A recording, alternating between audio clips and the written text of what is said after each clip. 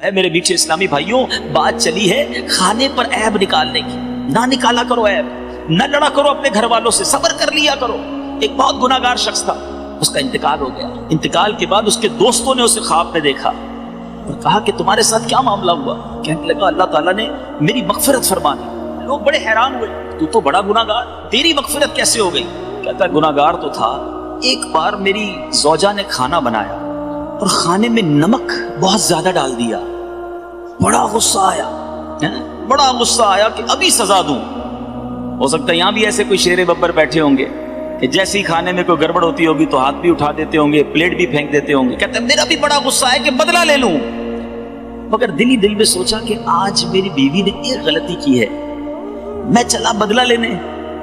میں صبح سے شام اپنے رب کی بارگاہ میں کتنی کوتاہیاں کرتا ہوں، کتنی غلطیاں کرتا ہوں، وہ تو مجھ سے کوئی سزا نہیں دیتا، وہ تو مجھے چلا ہی جا رہا ہے، نبھائی جا رہا ہے. کہتا کچھ نہیں کہا، سنیے گا، زبان سے کچھ نہیں کہا، بس میں نے صبر کر لیا اور کھانا کھا لیا، اگنور کر دیا. That's it.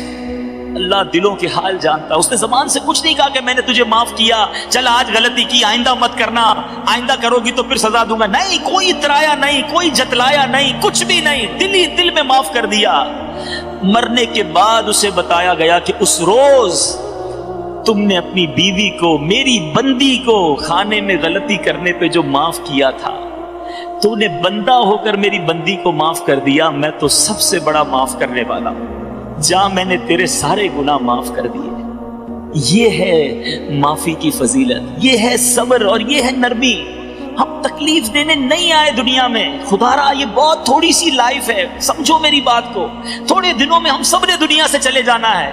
جتنا جینا ہے نا، خوشیاں بکھیر کے جیے، پیس اور لو اور محبت دے کر جیو. کیوں تکلیفیں دیتے ہیں؟ کچھ لوگ ہوتے ہیں، آپ کو بھی پتا ہے، آپ بھی جانتے ہیں، میں بھی جانتا ہوں، کہ جن سے ملنے کو جی نہیں چاہتا ہے.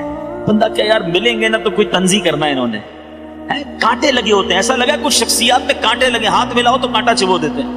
بندہ بولے نہ ہی ملتا تو اچھا تھا یار. ایسے لوگوں کا بندہ فون بھی نہیں اٹھاتا. جب فون اٹھاؤں گا تو جناب کم از کم آدھا گھنٹہ انہوں نے بات کرنی ہے اور دنیا بھر کی پنچات کرنی ہے. ایسے نہ بنو. لوگوں کے لیے کمفرٹ زون رکھیں. آپ ایسے بن جائیں کہ لوگ آپ سے بات کرنے میں خوش ہوں، آپ کے قریب آنے میں ان کو مزہ آئے. اچھا، بہت سارے انداز ہیں، چونکہ وقت تھوڑا ہے، ورنہ بہت ساری ایسی مثالیں ہیں کہ ہم کہاں کہاں لوگوں کو تکلیف دیتے ہیں. پڑوسی، ہم سمجھتے پڑوسی ہے تو ٹھیک ہے، وہ اپنے گھر میں رہتا ہے، میں اپنے گھر میں رہتا ہوں. لیکن پڑوسی کے حقوق کتنے؟ سرکار دو عالم صلی اللہ تعالی علیہ وسلم نے فرمایا اللہ کی قسم وہ ایمان والا نہیں، اللہ کی قسم وہ مومن نہیں ہو سکتا. سنیے گا، صحابہ نے عرض کی رسول اللہ صلی اللہ علیہ وسلم وہ کون ہے؟ آپ فرما رہے اللہ کی قسم وہ مومن نہیں ہو سکتا. میرے آقا علیہ الصلوۃ والسلام نے فرمایا جس کی برائیوں سے اس کا پڑوسی محفوظ نہ رہے وہ مومن ہی نہیں ہو سکتا. ہم کہتے ہیں بھائی میرا گھر ہے، اس کا گھر ہے. بچہ ان کا غلطی کر جائے، ہم نے آستین چڑھا کے لڑائی کرنی شروع کر دینی ہے. اچھا، پڑوسیوں کو تکلیف کیسے دیتے ہیں؟ اپنا گھر دھویا، اب اس کے گھر کے آگے پانی پڑا ہوا ہے، اپنے گھر کا کچرا ادھر جا کے رکھ دیا، رات دیر سے. اب یہ بلڈنگوں میں جو رہتے ہیں بالخصوص، اب اوپر والا جناب رات کو ہی کاریگری کر رہا ہے، اپنے سارے فرنیچر کو رات کو ہی سیٹ کرنا ہے، نیچے والوں کی نیند برباد ہوتی ہے تو ہو جائے، ڈرل مشین سے سوراخ کر رہے ہوتے ہیں. تو خدا را سوچئے کہ آپ جاگ رہے ہیں، ساری بلڈنگ نہیں جاگ رہی ہے. اب آپ جو بنگلوں میں رہتے ہیں وہ اپنے پڑوسیوں کے بارے میں سوچ لیں کہ میں کہاں کسی کے لیے تکلیف کا باعث تو نہیں بنتا. اچھا، آپ کو کوئی تکلیف دے رہا ہے تو آپ نے کیا کرنا ہے؟ آپ نے صبر کرنا ہے. مجھے ایک بڑا پیارا واقعہ یاد آ گیا. ہمارے اسلاف کیسے تھے. سیدنا مالک بن دینار رضی اللہ تعالیٰ عنہ، آپ کا ایک پڑوسی یہودی تھا. آپ اللہ کے بڑے نیک بندے تھے. اس کو بڑی آپ سے جو ہے نا کس کو جیلسی تھی کہ یار یہ مسلمان اتنا بڑا عالم دین میرے برابر میں رہتا ہے. وہ ڈیلیبریٹلی جان بوجھ کر اپنے گھر کی گندگی پرنالے کے ذریعے روزانہ آپ کے گھر میں پھینکتا. گندگی پرنالہ سمجھ گئے نا آپ کو، جو بارش کے لیے ہوتا ہے، تو روز گندگی پھینکتا. سیدنا مالک بن دینار روز اسے پانی ڈال کے صاف کر لیتا. ایک دن، 2 دن، 4 دن، اس نے کبھی تو لڑائی کریں گے، کبھی تو جھگڑا ہوگا. کئی دن گزر گئے، اس نے آ کے دروازہ کھٹکھٹایا.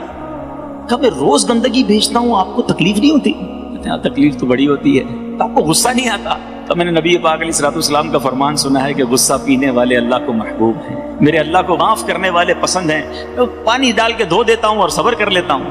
وہ کہتا ہے حضرت اب بعد میں گھر کی گندگی صاف کیجیے گا، میرے دل کی گندگی کو صاف کیجیے. کلمہ پڑھ کر مسلمان ہو گیا. ہمارے اسلاف وہ تھے جن کے پڑوسی غیر مسلم ہوتے تو اچھے اخلاق کی وجہ سے مسلمان ہو جاتے.